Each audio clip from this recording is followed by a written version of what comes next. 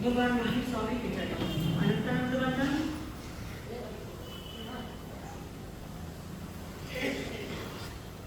मेरी आस्था क्या है?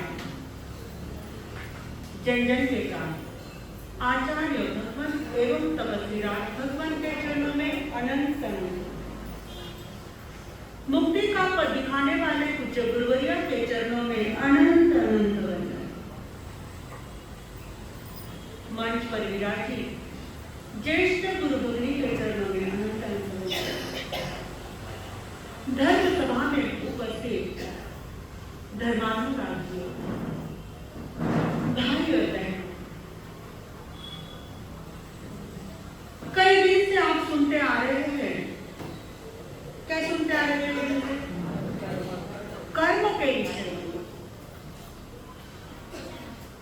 कि कर्म क्या है और कि कौन सा कर्म कौन सा फल देने वाला है।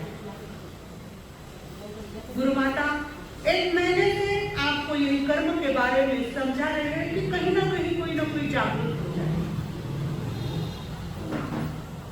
लेकिन ये कर्म कब समझ में आएगा? जब आप धर्म के सन्मुख आ जाएंगे। उत्तरदान सूत्र में एक गाथा आती है, अप्पा कत्ता विकताय सुहा नयो दुहा नयो अप्पा मिता मित्तम च सुपट्टियो दुपट्टियो। अर्थात प्रभु कहते हैं अप्पा कत्ता विकताय, यानी अपनी आत्मा ही क्या है? सुख का करता है और अपनी आत्मा ही क्या है? दुख का करता है। अपनी आत्मा ही अपना स्वयं का मित्र है और अपनी आत्मा ही क्या है? स्वयं का शत्रु है। लेकिन कब? जब वो अच्छी प्रवृत्तियों में जब विचरण करता है, जीवन में अच्छी प्रवृत्ति जब अपनाता है, तब वह आत्मा अपने लिए क्या है? मित्र के समान है। और यही आत्मा यदि दुष्प्रवृत्तियों में चली जाए, दुराचरण में चली जाए, तो वो क्या है? शत्रु के समान यह अपनी आत्मा है। अब हमें देखना है किस प्रकार हमें जीवन जीना है। दो शब्द आते हैं, एक धर्म और एक पुण्य। धर्म ऐसी चीज है जो करनी पड़ती है, धर्म करना पड़ता है। धर्म का मार्ग थोड़ा सा प्रभु ने कठिन बताया है। किसकी अपेक्षा कठिन नहीं है, लेकिन पुण्य की अपेक्षा धर्म थोड़ा कठिन लगता है। जैसे धर्म करना पड़ता है, जैसे सामायिक की आदि जो क्रिया है, सामायिक करते, संवर करते हैं, पोसा करते हैं, जो भी धर्म की क्रिया है वो करनी पड़ती है। लेकिन पुण्य हो जाता है। पुण्य के लिए कोई भी साधारण व्यक्ति क्या करता है? पुण्य कर सकता है। सभा में ऐसा कोई व्यक्ति नहीं होगा जिसने पुण्य और पाप शब्द नहीं सुना होगा। सबने सुना है कि पुण्य क्या है, पाप क्या है। शुभस्य कर्म क्या है? यह पुण्य है। और पापस्य कर्म है क्या है? पाप। जो भी शुभ क्रिया की जाती है वह पुण्य है। किसी ने पूछा कि पुण्य का मतलब क्या है? जो करते समय आत्मा को क्या दे? शांति दे, सुख दे, आनंद दे, वो क्या है? पुण्य है। और जो दुख दे, पीड़ा दे, नकारात्मकता दे, वो क्या है? पाप है। दिन भर में अपने साथ ये चलता आता है, पाप पुण्य, पाप पुण्य, ये उदय कंटिन्यू चलता आता है। तत्व सुने हो क्या आपने? कितने तत्व है अपने? आपको तो आएगा नहीं। तत्व कितने हैं? 9। कोई नाम बता सकता है तत्वों के? तत्व यानी क्या? स्वभाव। जीवा जीवास्त्र यानी जीव आदि आदि जो है, जीव अजीव, पुण्य पाप, आश्रव, संवर, निर्जरा, बंध और मोक्ष, मुख्य 2 तत्व, मध्यम 7 तत्व और उत्कृष्ट कितने हैं? 9 तत्व है। तो प्रभु ने इसमें आश्रव तत्व एक तत्व बताया है। आश्रव तत्व यानी कर्मों का आना, तत्व यानी स्वभाव, कर्म का आने का स्वभाव। तो कर्म कितने प्रकार से आते हैं?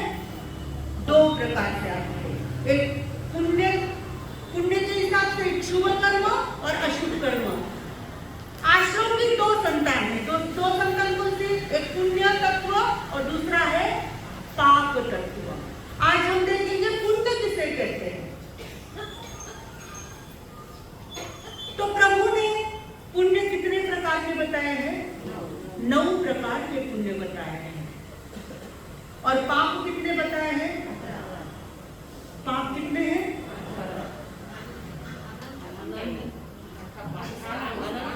पाप अनंत है। पाप करने के स्थान कितने हैं? नाम क्या है? पाप स्थान। नाम शब्द पे गौर कीजिए आप। पाप स्थान 18 पाप और पुण्य करने के स्थान 9 है। ऐसे तो कितने प्रकार के पुण्य हैं, कितने बातों से, पर पुण्य करने के प्रकार कितने हैं? 9 तरह से पुण्य किया जाता है। तो कौन सा है? अन्न पुण्य, पान पुण्य, नयन पुण्य, शयन पुण्य, आदि आदि प्रकार के 9 बताए गए हैं। अन्न पुण्य यहाँ पर अपने करते हैं सोमवार के दिन एक ग्रुप अन्न पुण्य ग्रुप जो है अन्य काम कर रहा है, अन्य पुण्य कर रहा है। तो 9 प्रकार के पुण्य बताए गए हैं और पुण्य सहज हो जाता है। यदि किसी के पास अन्न देने की नहीं है सुविधा, पान कोई खोलने की नहीं है सुविधा, बाकी बातों की सुविधा नहीं है, लेकिन अंत के जो 4 पुण्य है वो तो आराम से कर सकते हैं। बच्चे को डराते हैं, क्या डराते हैं? पाप लागिला, हीरा में पाप लागिला, पूरा में पाप लागिला। निगेटिव बच्चों को नहीं बताना, हीरा में पाप, पूरा में पाप, निगेटिव क्यों बताना? बच्चों को दूसरी कुछ बात सिखाओ या मत सिखाओ, लेकिन पुण्य की बात वो बच्चों को जरूर सिखाना। घर में अपन 9 पुण्य कैसे कर सकते हैं? जैसे एक पूरनदारी का खरीद तो पुण्य लागेगा। बाहर की बात बाद में, पहले घर से चालू हो जाता है धर्म। तो पहले घर में उसको सिखाओ कि भाई तुम्हें पूरनदारी कर खरीद लागेला, अन्न पुण्य लागेला, कि पानी दे डाली साहेब जीवन भेटे तर पानी दे, 5 पुण्य लागेला। कोई बड़ा आया, अपन उठकर दूसरी तरफ बैठे, लयन पुण्य, शयन पुण्य दे, बिस्तर पर बड़ा रहा, फिर शयन पुण्य मिलेगा। पगार नमस्कार पुण्य, मन से अच्छा सोचो, क्या होगा? मन पुण्य। तू गाया होते, वचन से अच्छी वाणी बोलो, क्या होगा? वचन पुण्य होगा। काया किसी की सेवा करो तो कौन सा पुण्य होगा? काया पुण्य होगा। ये छोटी छोटी बातें कितना काम कर जाती है। कहते हैं एक बार एक सभा में, बड़ी सभा लगी हुई थी, सभी विद्वान सभा में बैठे हुए, और विद्वान सभा में बैठने के बाद ऐसे 50 सीटें, 50 स्थान क्या है बड़े बड़े विद्वानों के लिए लगा दिए गए, और उसमें से उन 50 तो सीट पूरी हो गई, अब केवल 1 सीट बची। अब उस सभा में जो भी विद्वान होगा वो 50वीं सीट पर क्या करेगा? जाकर बैठेगा। उस सभा में संत तिरुवल्लुवर सभा में आए। जिस संत तिरुवल्लुवर ने तिरुकुल ग्रंथ की रचना की, वो संत सभा में आए। उस संत से सभा के व्यक्तियों ने, किसी व्यक्ति ने पूछा, गुरुदेव, पुण्य का फल क्या है? धर्म का फल क्या है? पुण्य का फल क्या है? हमें कुछ समझ में नहीं आ रहा है, कृपा करके आप हमें पुण्य का फल तो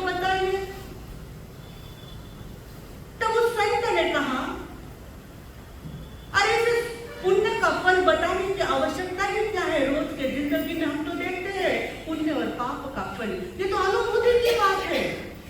यदि तुम देखना चाहते हो तो सामने एक पालकी है, उस पालकी में नवयुवती बैठी हुई है और वो पालकी वे 4 कहार जो है उठाने वाले वो पालकी उठा रहे हैं।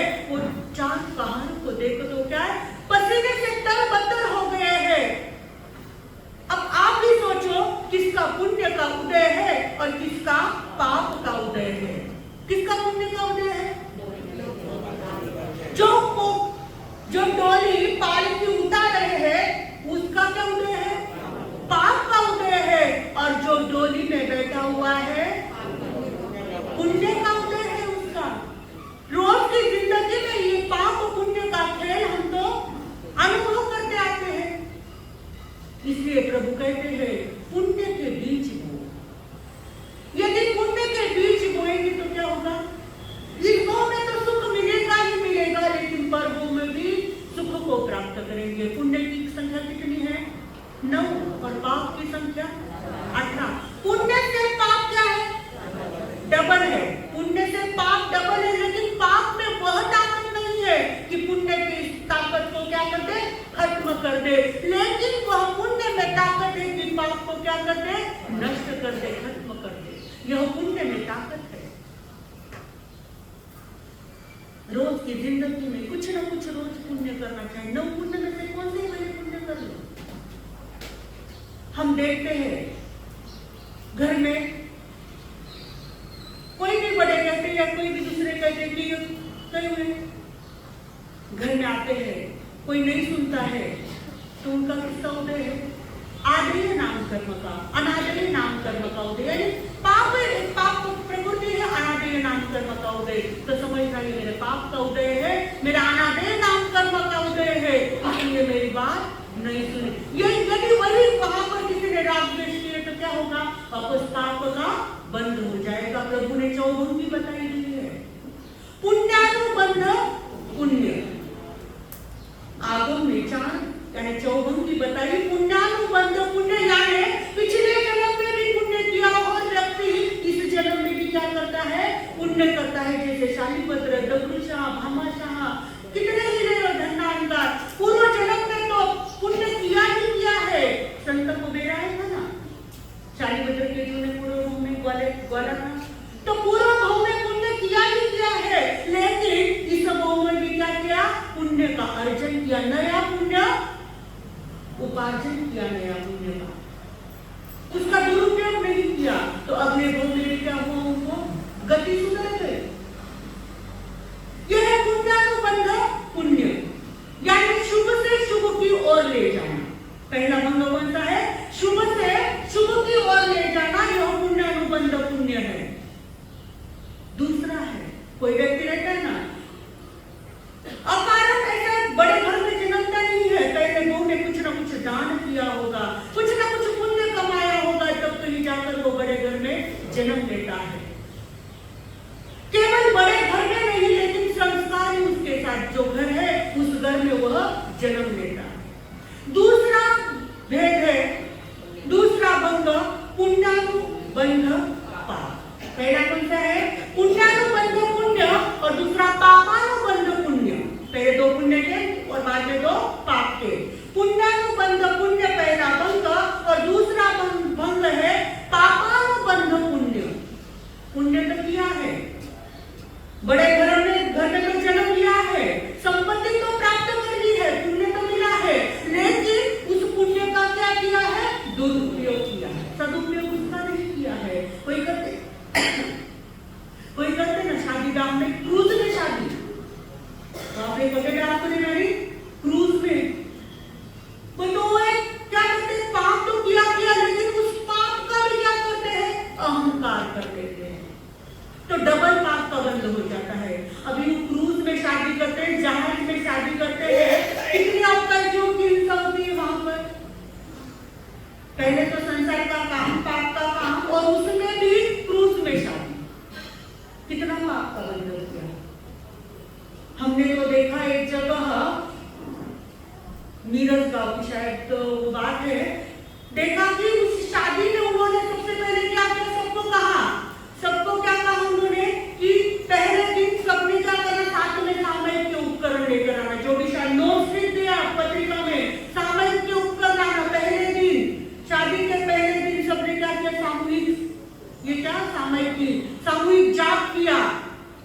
और उन्होंने दूसरे की शादी की। पहले भी पूरी पार्टी पूरी ऐसा कुछ नहीं, पुण्यानुबंध पुण्य। लेकिन दूसरा भंग है पापानुबंध पुण्य। पुण्य का तो उदय है लेकिन खर्च किसने किया? पाप में किया। जैसे नागश्री ब्राह्मणी नाम सुना है? मम्मन से नाम सुना है? नागश्री ब्राह्मणी ने क्या किया? कड़वा तुप्पा आहार देने का योग मिल गया, आहार दान करने का योग मिल गया, और किसमें डाला? तो डाला किसमें? पात्र में किया था।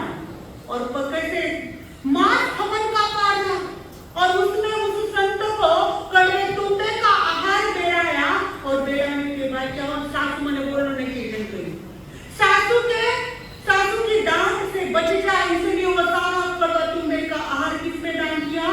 पात्र में दान किया। ठीक है, बच्चा ने बेरा का जरा मासा घर बैठ गई है ना करना ना दस भी नहीं हो किसमें डाल देंगे? नाक नहीं, कई दोनों बेरा शब्द दिए, शब्द में ही पुण्य पाप के बंध कैसे होते हैं ये बता रही हूँ। नाक नहीं, क्या करना? बेरा नहीं। यही संस्कार बच्चों पर पड़ते हैं। कड़वे तुप्पे का आहार गिराया और क्या किया? नाकी का बंध किया। पुण्य का योग मिला लेकिन पाप का बंध किया। तीसरा बंध कौन सा है? पापानुबंध पुण्य, पुण्यानुबंध पाप। दूसरा तीसरा बंध पापानुबंध पुण्य। पहले दो पुण्य के हो गए, अभी दूसरे है दो पाप के। पहले दो पुण्य के और दूसरे दो पाप के। पुण्यानुबंध पाप, अब दो पाप के लिए ना करने तो पाप का योग है। जैसे नंदन बनिया पाप का उदय मेंढक बने, लेकिन पाप का उदय था नंदन बनिया का, क्योंकि पूर्व भाव में संपत्ति तो मिली, लेकिन उस संपत्ति में इतनी आसक्ति रखी तो क्या हो गया? तिर्यंच का बन गया, मेंढक बन गए। पाप का उदय है, मेंढक बनना तो पाप का उदय है, लेकिन उस पाप के उदय में भी क्या किया उन्होंने? पुण्य का बंध किया। जाति स्मरण ज्ञान हो गया मेंढक के जीव को, और उन्होंने देखा कि अरे मैंने इस बार ऐसी आसक्ति की इसलिए मुझे ऐसा बंध हुआ। पाप का तो उदय था, लेकिन पाप के उदय में क्या किया? व्रत नियम लिए, पुण्य किया, और पुण्य के बंध से क्या गए? तिर्यंच से डायरेक्ट कहाँ गए? कहाँ गए? देवलोक में गए, डायरेक्ट 8वें देवलोक में गए।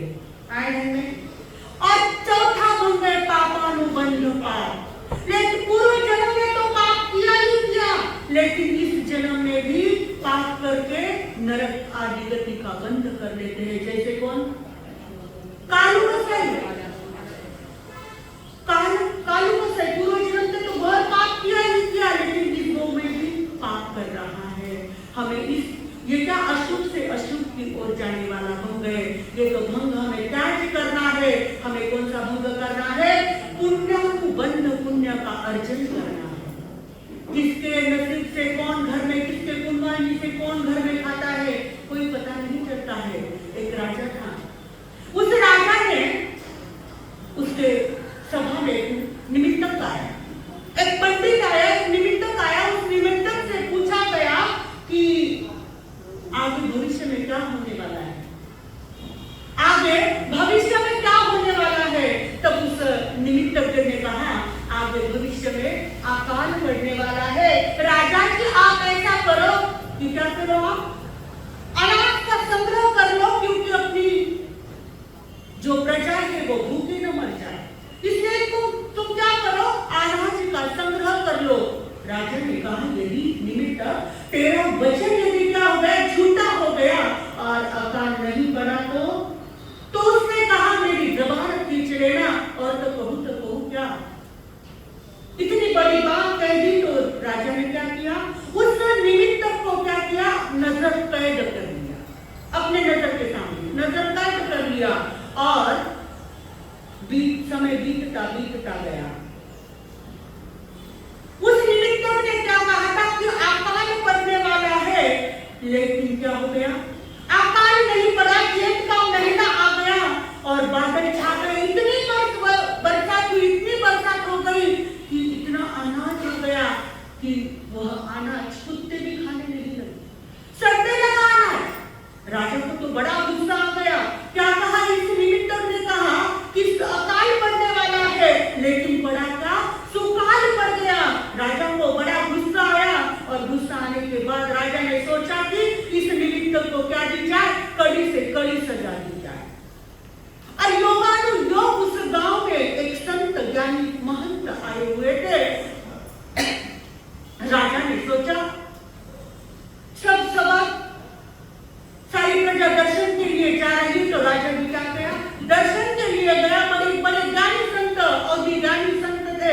और संत के दर्शन के लिए राजा गया और राजा ने प्रवचन सुना, उनकी वाणी सुनी, बड़ा हर्ष विभोर हो गया और संत से पूछा, गुरुदेव आपसे मैं एक बात पूछना चाहता हूँ। बोलो। गुरुदेव मैं पूछना चाहता हूँ, मेरा जो नृत्य है बड़ा होशियार है, बड़ा होशियार है, उसका कथन आज तक कभी झूठ नहीं हुआ है, लेकिन इस बार उसका कथन झूठ क्यों हो गया, समझ में नहीं आ रहा है, कृपा करके इसका समाधान मुझे दीजिए। संत ने कहा, निमित्त ने जो भविष्यवाणी कही थी वो बिल्कुल सच थी, क्योंकि वो अकाल ही बनने वाला था, लेकिन तुम्हारे राज्य में, तुम्हारे नगरी में ऐसा एक पुण्यवान व्यक्ति जन्म लिया, उस पुण्यवान व्यक्ति के कारण वो अकाल भी क्या हो गया, सुकाल में परिवर्तन हो गया। किसी नगरी में कोई ऐसे पुण्यवान व्यक्ति होते हैं, कोई संघ में ऐसा पुण्यवान व्यक्ति होता है, उस पुण्यवान व्यक्ति के नाम से संघ चलता है, उस व्यक्ति के पुण्यवानी से, उसके नाम से संघ की पहचान हो जाती है। वह व्यक्ति बड़ा पुण्यवान व्यक्ति का जन्म हुआ और उसके कारण क्या हो गया, आकाल भी सुकाल में बदल गया और दूसरी जगह वह सेठ बैठा हुआ था, जिस घर में उस बच्चे का जन्म हो गया था। योगानुयोग वो सेठ को वही बैठा था। उस संत ने कहा, उस सेठ से पूछो, उसके घर में जो बच्चा जन्मा है तुम्हें क्या अनुभूति आ गई। तो उस सेठ ने कहा, गुरुदेव जैसे ही बच्चे का पदार्पण हुआ मेरे घर में वृद्धि वृद्धि समृद्धि हो गई। देखते नहीं कोई बच्चा जन्म ले तो कहीं जाए, कहीं लाभ भी तो रे समृद्धि बढ़ गई, पैसा बढ़ने लगे तो समझना पुण्यवान व्यक्ति घर में आ गया। तो जैसे ही ये बच्चा घर में आ गया, उस बच्चे के कारण क्या हो गया, घर में समृद्धि बढ़ गई, वृद्धि बढ़ गई है। तो उस संत ने जो व्यक्ति जन्मा हुआ था, बच्चा जन्मा हुआ था, उसका पूर्व वो संत ने बताया। संत ने कहा, वह जो बच्चा जन्मा है पूर्व भोग में वो मेरे पास आया था। अवधिगणी संत थे, पूर्व भोग में वो मेरे पास आया था और वो बच्चा कौन था, एक भिखारी था। वो बच्चा एक भिखारी था। उस बच्चे ने क्या, वह व्यक्ति मेरे पास आया, वो भिखारी मेरे पास आया और कहने लगा, याचना करने लगा, मैं बड़ा परेशान हो गया हूँ, अब जिंदगी से उठना चाहता हूँ, मैं बड़ा परेशान हो गया हूँ, कुछ तो भी मुझे आप मार्गदर्शन करिए, नहीं तो मेरी जिंदगी ऐसी ही चली जाएगी भीख मांगते मांगते। तो उस संत ने उसको उपदेश दिया और संत ने उसको क्या किया, स्थिर किया और उसको नौकार मंत्र सिखाया। और नौकार मंत्र तो सिखाया, लेकिन उसके साथ संत ने उसको एक बात कही, देख तू क्या करना, तुझे जो भी भीख आती है ना, जो भी तुझे दान आता है, जो भी तुझे भीख आती है, उसका चौथा हिस्सा क्या कर लेना, तू दान में दे देना। उस भीख का चौथा हिस्सा तू दान में दे देना। और बस ये व्रत उसको, ये नियम उसको दे दिए और बस वही वो भिखारी क्या करता है, रोज जो भीख आती उसका चौथा हिस्सा, कभी कभी तो कुछ आता नहीं, थोड़ा सा आता, लेकिन उसमें भी क्या करता, उस प्रतिकूल परिस्थिति में भी वह व्यक्ति चौथा हिस्सा दान कर देता था, चौथा हिस्सा वह दान कर देता था। ऐसा करते करते लोगों को पता चला कि अरे इस संत ने इसे एक भिखारी को श्रावक बनाया, तो लोग अहोभाव से उसको क्या करने देने लगे, अहोभाव से दान देने लगे। दान उसको आता गया, बढ़ता गया, आगे चलकर रोटी के साथ साथ अभी पैसे भी आने लगे, दान आने लगा और आते आते अब वो थोड़ा थोड़ा व्यापार करने लगा, व्यापार बढ़ता गया। एक व्रत, एक नियम कितनी पुण्यवानी बढ़ा देता है, लेकिन सब बढ़ता गया, इतना बड़ा व्यापारी बन गया, लेकिन उसने नियम नहीं छोड़ा। अपनी चौथा हिस्सा वो दान भी करता था, नियम उसने बिल्कुल नहीं छोड़ा। और उस पुण्यवानी की वजह से उसने क्या किया, अंत समय में समाधि मरण लिया और समाधि मरण लेने के कारण और उस पुण्यवानी से लोग इस सेठ के यहाँ उसने जन्म ले लिया। कहां से देखो पुण्यवानी, कहां पाप का उदय, और उस पाप के उदय में कैसे छलांग लगाई है, तो गुरु का सानिध्य मिला और ऐसी छलांग लगाई कि क्या हो गया, पुण्य का उदय हो गया और और बड़े घर में जन्म लिया, और केवल बड़े घर में नहीं, संस्कारी और धार्मिक घर में, और वहां भी क्या किया, और पुण्य का अर्जन किया। इसलिए पुण्य करते जाओ, यही पुण्य हमें रिश्तों में और पर्वों में आनंद ही आनंद देगा। इसलिए किसी कवि ने कहा है, पूजे रात होते पुण्य अंधारात पाप, ज्याच्या त्याच्या किया है कर्तव्याचे माप। पूजे रात होते पुण्य अंधारात पाप, ज्याच्या त्याच्या किया है कर्तव्याचे माप। दुष्ट दुर्जनांची कैसे घडलोक सेवा, उघडदार देवा आता, उघडदार देवा, उघडदार देवा आता, उघडदार देवा। तिथे दूध डोळे मिटुनी जात मांजराची, मनी चोरट्याच्या कारे भीती चांदण्याची। तिथे दूध डोळे मिटुनी जात मांजराची, मनी चोरट्याच्या कारे भीती चांदण्याची। सरावला हातांनी कंप का सुटावा, उघडदार देवा आता, उघडदार देवा। देहाची तिजोरी भक्तीचाच ठेवा, देहाची तिजोरी भक्तीचाच ठेवा, उघडदार देवा आता, उघडदार देवा।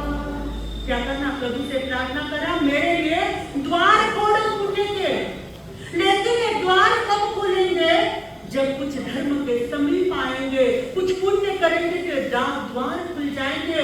पुण्य दो प्रकार से करते हैं, एक तो कैसे पुण्य करना है वो बता रही हूँ, एक केले जैसा और एक आम जैसा। पुण्य कैसे है, एक केले जैसा, और दूसरा पुण्य है आम जैसा। कौन सा पुण्य करना है हमें? केला कैसा है, केले के छिलका उतार देते हैं, केला खा लेते हैं और वापस यूज आते हैं क्या? रीयूज नहीं है उसका, वापस यूज नहीं कर सकते हैं। लेकिन आम जो होता है, खा लिया लेकिन रीयूज होता है ना, वापस उसका यूज होता है। केला तो यूज एंड थ्रो है, लेकिन रीयूज कौन है? आम है। आम जैसा वापस आम बो देते हैं। तो हमें पुण्य कौन सा करना है? आम जैसा पुण्य करना है, केले जैसा पुण्य नहीं करना है। और इस आम जैसा पुण्य करेंगे तो हमें इस और पर्वों में हमको